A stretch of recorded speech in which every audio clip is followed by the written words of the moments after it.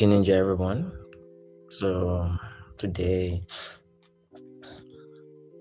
we're going to be doing a brief rundown of stuff that has happened, a brief recap of news on INJ and literally from SEC approval to tokenization push.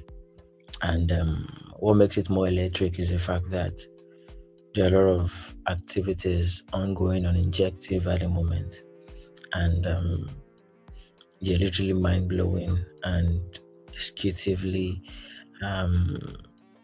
interesting to behold, because now that we've seen the regulatory process going on, and some of you might have missed out on this, I decided to bring this up on your FIP. So to keep things brief, on the 4th of August, LeFi launched on Injective and supporting across 60 chains and over 1,000 application network. And one of the things that made it mind blowing was the fact that it made integration available across LeFi routings products from stack, product launch stack from launch, and users can move assets into and out of Injective. It's literally like a mind-blowing stuff. And the one thing everyone literally missed out on was the fact that this literally expands Injective interoperability process and asset routing layer. And this literally gave the ecosystem a different liquidity path into how to reroute transaction to over 60 chains and over 1,000 applications and wallets already powered by LeFi. And one thing that makes it quite more interesting was the fact that we discovered that liquidity is spreading across chains, bridges, exchange, and token standards. So reaching any ecosystem often requires users to find a compatible bridge to move the right asset, or complete another swap and keep enough gas for the final transaction. So that is what LeFi literally brings. Brings those steps into one routing and execution layer. And one thing that makes it much more elaborately interesting is the fact that when a user request a transfer, as it is written here, LeFi queries the bridges, DEX aggregators, and solvers compatibility with that specific route. It then select an execution path based on price, speed, cost, and reliability. So the result is a cleaner route into Injective. A user holding a supported asset on another chain can arrive in Injective or native USDC on Injective. So users on Injective can route those assets outward. A protocol can accept those cross-chains deposits without making user breach and swap through several separate interfaces. And I think moving forward, distribution from day one, Injective support is not limited to one bridge page. The launch reaches every LeFi product surface while including its API, SDK widget, and LeFi intent routing. Developers can build custom flows with the API or SDK. So applications can embed the widget. So this makes distribution very, very easy from day one, especially for developers that operate more on API, SDK, and the widget. I think we're going to get to that in the coming streaming session, maybe in a couple of weeks or months to come.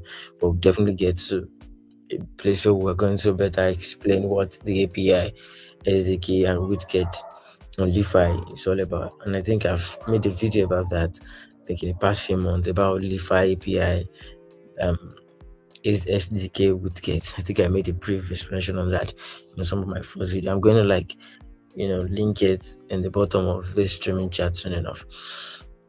So it's literally a very good collaboration between LeFi and Injective, and amazing stuff they are cooking on there. And moving forward, a wider path for liquidity. So liquidity only becomes useful when it reaches the market where user wants to deploy. I think one thing that is eminent in the space right now is access to liquidity, access to excessive liquidity. Some people might say, okay, the bull market is back. We're still in the, or some might choose the latter, that we're still in the bear market. But one thing that stands out, regardless of condition, is that makes things quite interesting if everyone getting access to enough liquidity to deploy or do whatever they want with it. So that is what the partnership between Injective and LeFi is bringing to the table. So LeFi does not even force every transaction through one provider. Its routing engine compares the compatible sources available for each request and can use alternate route when a bridge or DEX is unavailable. And that automatically gives users more ways to reach Injective and reduce dependence on any single part. And to explain a much more simplified grammatical structure, for the injective ecosystem, this means broader access to liquidity across LeFi supported networks. And I think I said it earlier, one thing that people tend to value more in this space is getting access to liquidity unrestricted. You know, the availability of enough liquidity will give you enough opportunity to do whatever you want on chain while balancing things regardless of the chains you're operating on. So more source chains and more routing options create a wider path for capital to reach trading, lending, tokenization, payment, and applications built and injective. So this is not one new liquidity pool. It's like an access layer that makes existing liquidity easier to route into injective. So this whole partnership between LeFi and injective is very, very interesting and it came at the right time. Uh, and now the market is a little bit, we've seen a little bit of green on Bitcoin, on Sol, on INJ, on ETH. So hopefully, market goes up from here. And if truly, then it's about a big time for everyone on Injective to win big. And more moving forward, build for users and builders. I think one thing we've been able to work on so far was getting builders on Injective to literally understand some certain things, and some things that might literally like be stopping them most times might be enough liquidity to push into whatever you're building. And in these recent times, if you are building anything on chain as an injective builder, so this is literally like one of a good deal for you right now, because users get simpler experience with this partnership with injective and LeFi. So they choose where they start in, select that injective as a destination and let LeFi find the available route. And builders get the same benefit at the infrastructure level too. You can use one LeFi integration for cross-chain swaps, bridging deposit, and um, route execution. So injective and native USDT give the launch a focused starting point. INJ powers the network. Native USDC gives users and applications a core stablecoin rail for moving capital into on-chain market. This is literally like a no-brainer at the moment, a real no-brainer. And Injective is the first blockchain purpose built for financial users, institutions, and AI agent trade, tokenize and transact at scale. LeFi expands the access layer around that financial engine. I think briefly that is literally all about LeFi launch, with Injective support across its 60 plus chain plus and 1000 plus application network. And moving forward, there are other amazing news on here that you all will have to pimp into, and it's a really, really interesting news. It's a really interesting one. It's definitely an interesting one to a minute while check through this.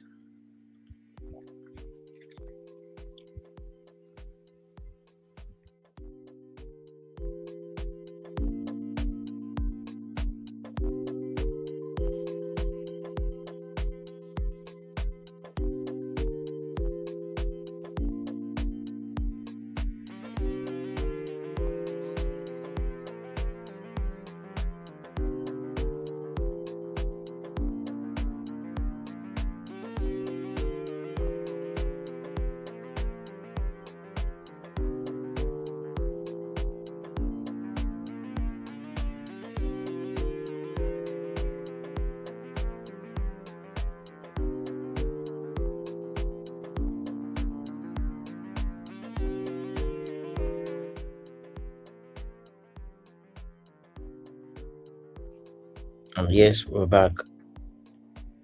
So, the professional research firm for pillars launches institutional validator on injective, and many people might not understand how bullish this news is, because four pillars is now live on an institutional validator on injective, and this was announced 5th of August 2026. Every single thing happened just this month, and this should be an indicator that the I'm not a financial advisor, but this is an indicator that the market is about to get bullish.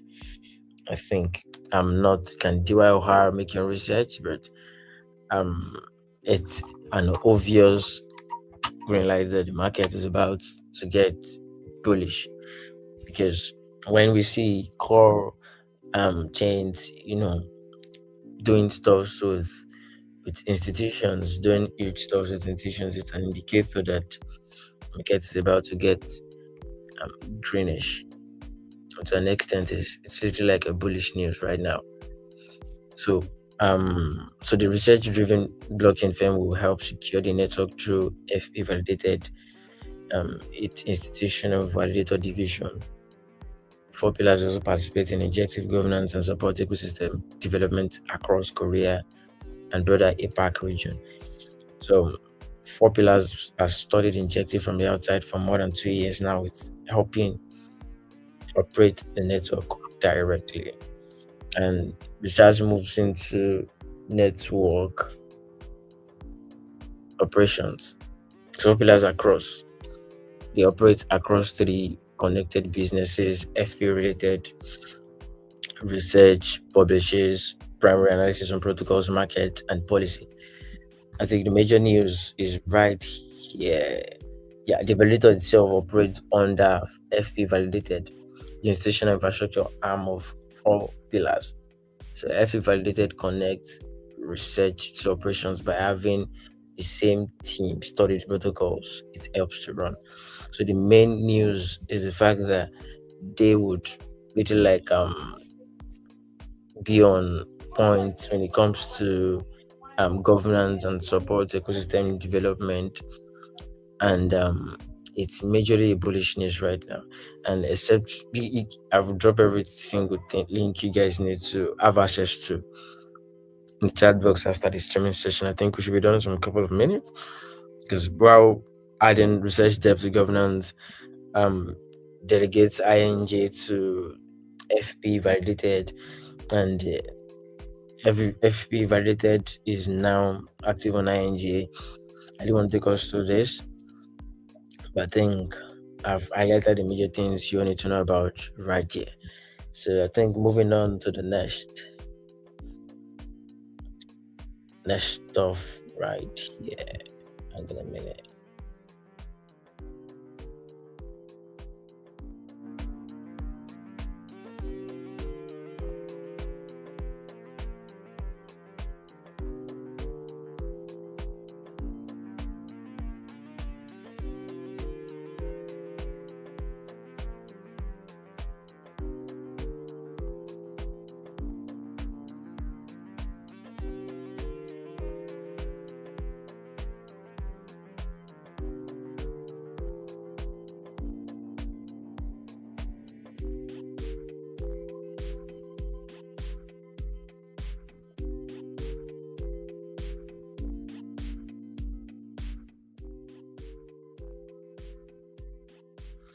So yeah, this is literally like a big news. This is a recap on the Injective Nova program recap, and it happened a few months back. It started a few months back, and this is like a brief recap on everything that happened regarding the Injective Nova program. So, as highlighted here, the Injective Nova program final demo day recently concluded with great success, marking a significant milestone for AI and Web3 innovation.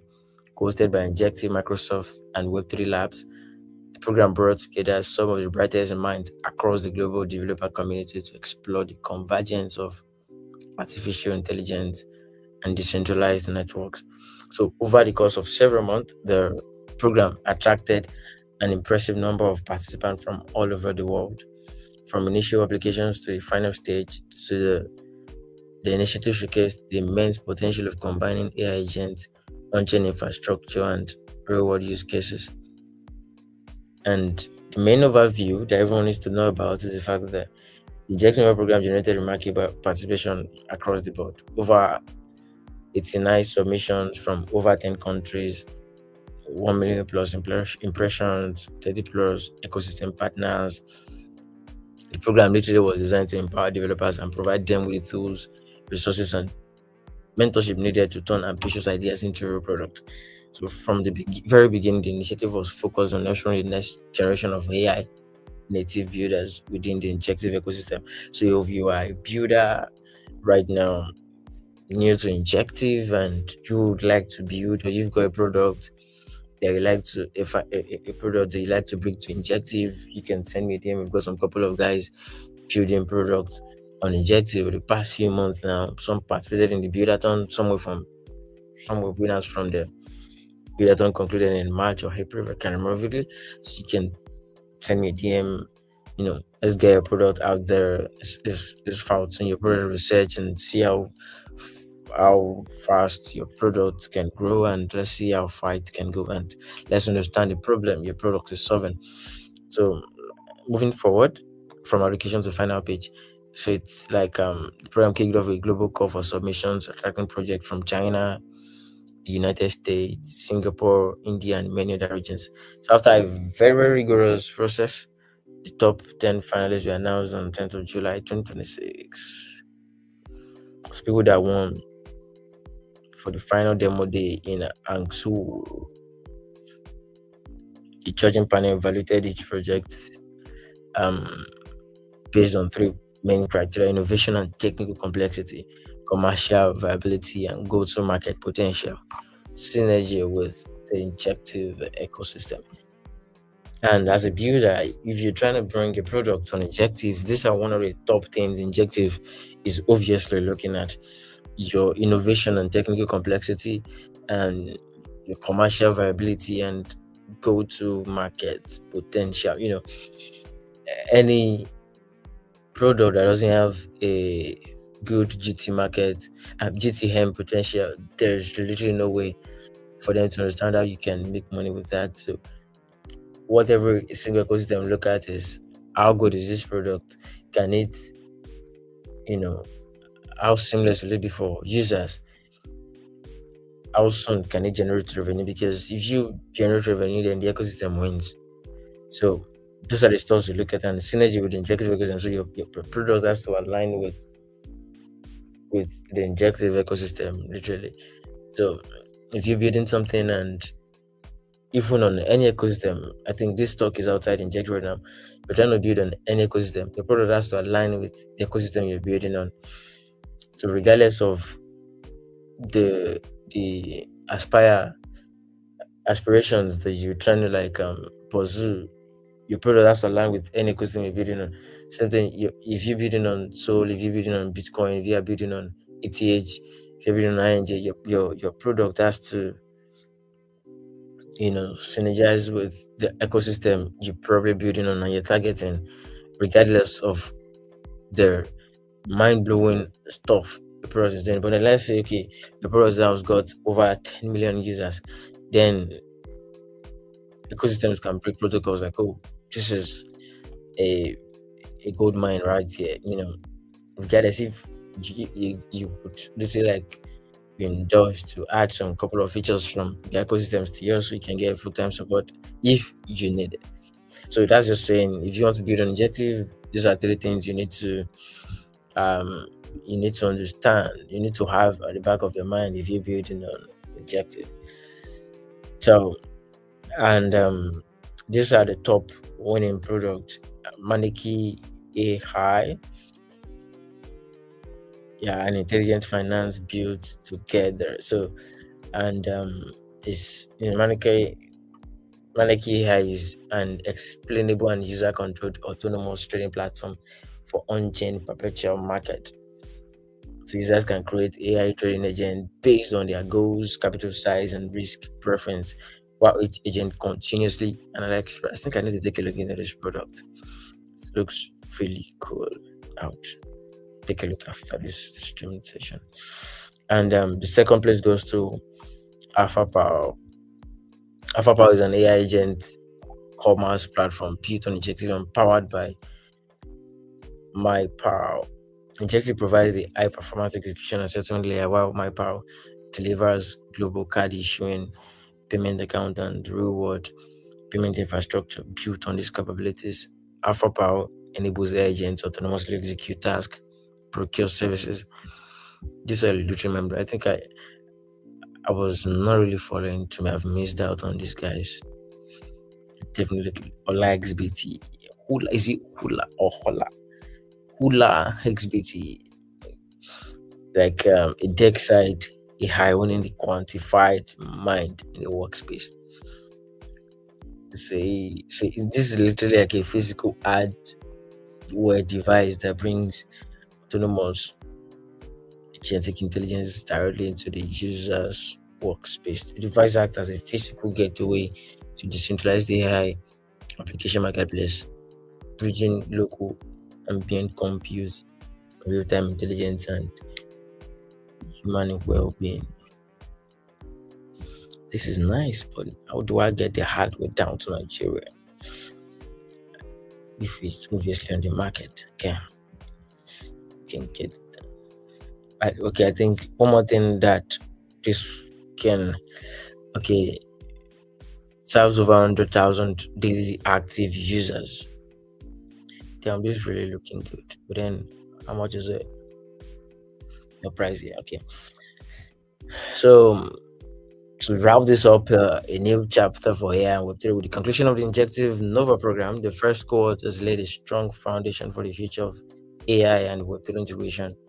Selected teams will continue to receive incubation support, technical resources, and ecosystem connections from Injective, Microsoft, and Web3 Labs. So this is like mind-blowing thing.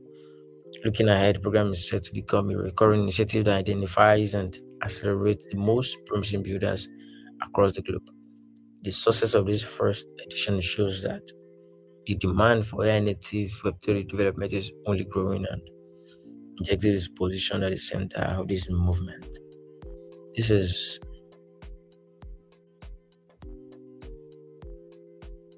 bullish, I'd say.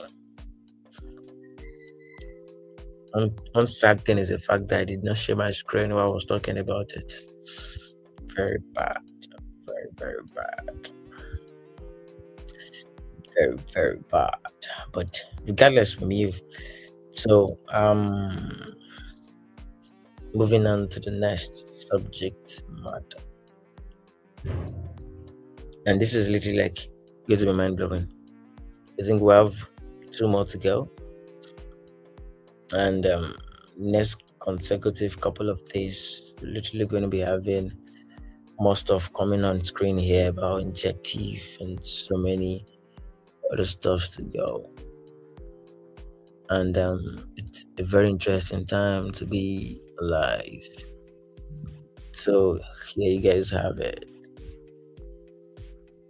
Injective Adventure X 2026, a new generation of builders takes the stage.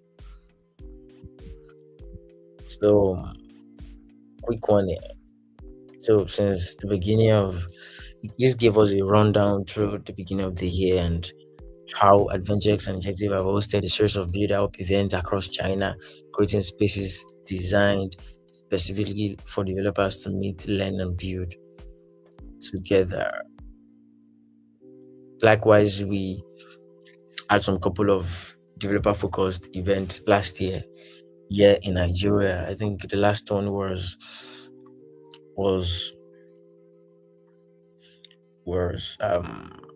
November 2025. I think it was first week, yeah.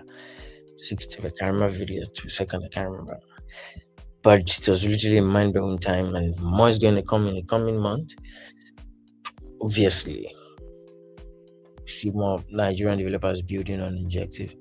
So, our journey took us to some of the country's most innovative and influential cities, inspiring a new generation of young creators to discover Injective and become part of its growing builder community.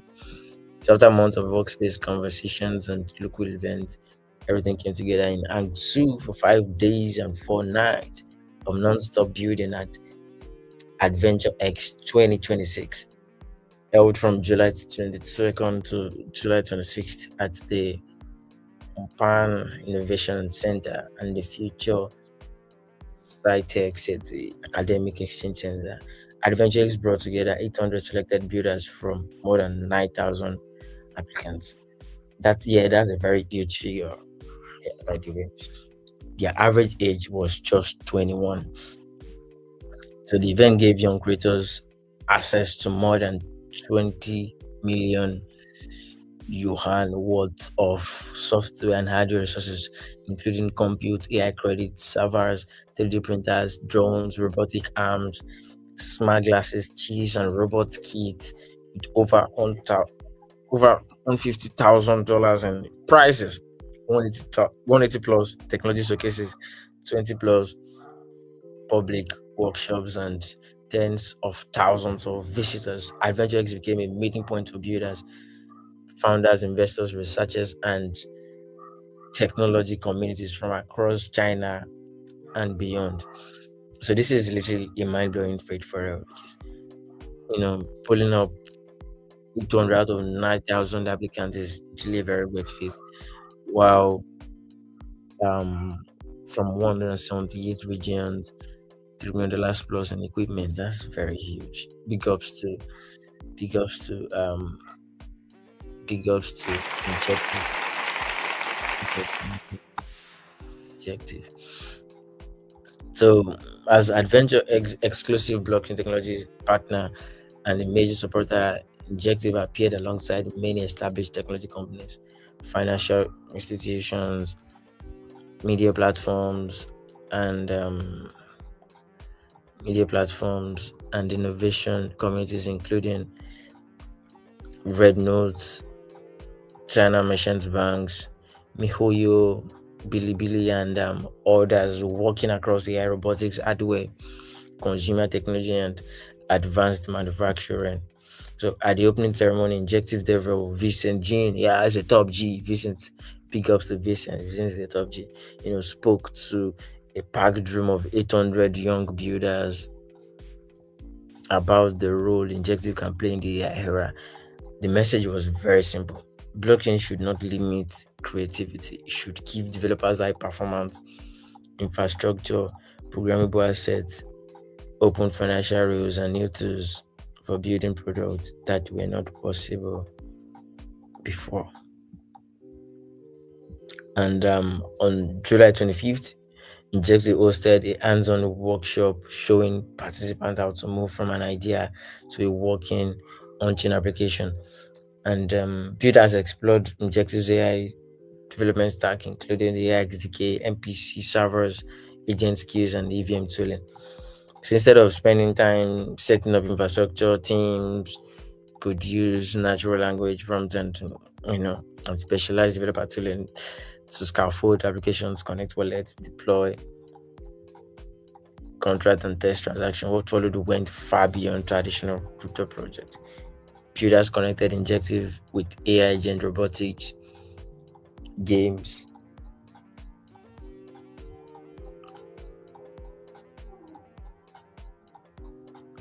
and some arrived with blockchain experiences, many did not. But what united them was a willingness to experiment, learn quickly, and build something real.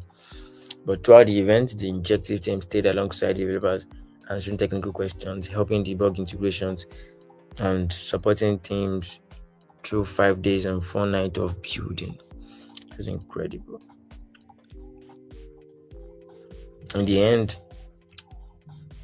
Injective received more than 50 project submissions, accounting for roughly 30% of all projects submitted at Adventure X. This made Injective one of the largest technology tracks at the event, even though Adventure X was a broad innovation hackathon rather than a Web3 specific competition.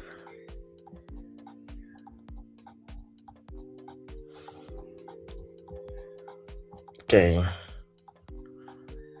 And I think Adventure X also brought alongside the longer builder journey into focus, INJ Pass and Metaloft So projects that have continued to receive support from Ninja Labs since previous hackathons returned to AdventureX to present the product they've kept building. The same long-term commitment now extends to the new teams joining the injective ecosystem from AdventureX 2026. So this is literally a big feat. So the big motto for injective now should be the future starts on injective. So that's just by the way. Now moving on to the next. Moving on to the next. I think one last, should I call that breaking news? One last news to go. And this is literally something very, very screaming exclusive already. Screaming exclusive, exclusive. It's trying to sabotage my eardrum. Screaming exclusive, exclusive. But then, yeah, you guys have it. I'm gonna minute. Okay, here we have it. So, Injective is now an officially SEC registered transfer agent. I think, let me drop a round of applause to me. Oh my god.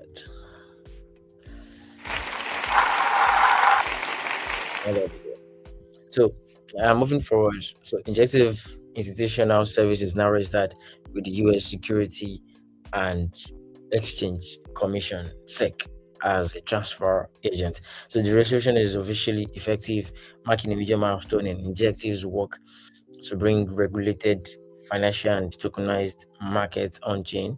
So Injective Institutional Service can now operate within the federal transfer agent framework while supporting a core function of securities market, maintaining ownership records and processing changes to them. And what the registered, I think the question might be on everyone's mind is, what does a registered transfer agent does? What a registered transfer agent does. So a transfer agent maintains the authoritative record of who owns a security. The records changes in ownership, helps reconcile securities issued with securities outstanding, and support functions that determine who is entitled to distributions, voting rights, and transfers. So this record is foundational to every securities market. Yet in most tokenized models, the token and the official um, ownership record remain separate. So a security may move on-chain while its authoritative register is maintained in an off-chain system, leaving multiple records to be reconciled after the transaction. But the missing regulated layer for tokenized securities, so tokenization is often treated as an issuance problem. So in practice, creating a token is only the beginning. Regulated assets only require controls over who can hold and transfer them, how issuance and redemptions are administered, how records remain accurate, and how compliance requirements are applied throughout the asset lifecycle. And one amazing thing is the fact that injective means and the transfer agent function is, oh my god, is damn. Man. So now, let me run it down. Not take much of your time here. I think we'll pass the time already. So, Injective Mint is literally like the issuance and the management platform built to support application ready tokenization accessible without um, custom contracts or command line tools. So, through one interface, you can, let's say, okay, issuers can create an asset, set order and jurisdictional restrictions, assign administrative roles, separate minting and redemption permissions, freeze restricted addresses, and pause transfers when required. These controls are enforced through Injective's native RWS. I think the question that comes to mind every time is that when we have the nation on something like this, but I think that's a difficult question to answer. So built on tokenization record that is already live, so the registration does not start injective tokenization work, it completes a layer that has been building for years. So institutions have been issuing real assets on injective since 2025. This includes Nomura's LISA digital tokenized, the LISA carry fund, on Injective through Liberal and alongside BlackRock Money Market Product and the Hamilton Lane Scope Senior Credit Fund. So these funds launched with on-chain utility that tokenized funds rarely receive. So including secondary trading, collateralized lending, and the portfolio margining. So market for digital assets, treasuries, equities, and pre-IPO companies such as SpaceX and OpenAI have also launched on Injective. Yeah. Okay, I think I'm going to talk about that in the next streaming session. I think that should be tomorrow. And institutional funds, operations, public equities, private company shares, enterprise receivables, four different asset classes, monitor call live, and the agent transfer institution now sits underneath them as the regulated record keeping layer that American markets require. So building regulated pathways across the United States and Europe. So the resolution also advances a broader regulatory strategy spanning major global market. So in Europe, the Injective Foundation has completed the notification and publication process for the INJ MiCA white paper. The document is listed in the European Security and Market Authority's interim MiCA register with Denmark as the home member state and coverage across the European Union and European Economic Area. So moving forward, a complete foundation for on-chain capital. I'm just going to like highlight each of the areas there. So the compliance ready asset protection and nations that enforce rules on chain. So register transfer agent compatibility through injective institutional service, subsequent settlement and financial models built for trading, lending, derivatives, and other forms of on-chain utility. So there's no other blockchain native organization in the United States that has assembled this combination. American infrastructure, American regulatory registration, and a live tokenization record spanning institutional funds. So public equities, private markets, and enterprise trade finance. Injective is made in America and now carries the regulated market function. The American securities and market are built on. So that is every single thing or every single very cumbersome and important news that happened on Injective in 4 days. That is it in just 40 minutes. So if there's any other info that I did not touch, if there's any other info that I did literally miss, I'm going to be talking about them tomorrow. But tomorrow I'm going to be highlighting something more interesting, and it's literally going to be more around I think it's something that I still need to think about. Maybe the institutional infrastructure around Injective or the AI and agentic finance, how to deploy on-chain agents or MCP servers. Think about it and hopefully, but tomorrow is going to be an interesting time. Time I said this is 11:43. Same time tomorrow, 11 a.m. Let's hang out and discuss raw stuffs about injecting infrastructure and the likes, and let's get things running, get us of the out. So to everyone that joined the live stream session, thank you for coming around, and we'll catch up tomorrow by 11 a.m. Thank you.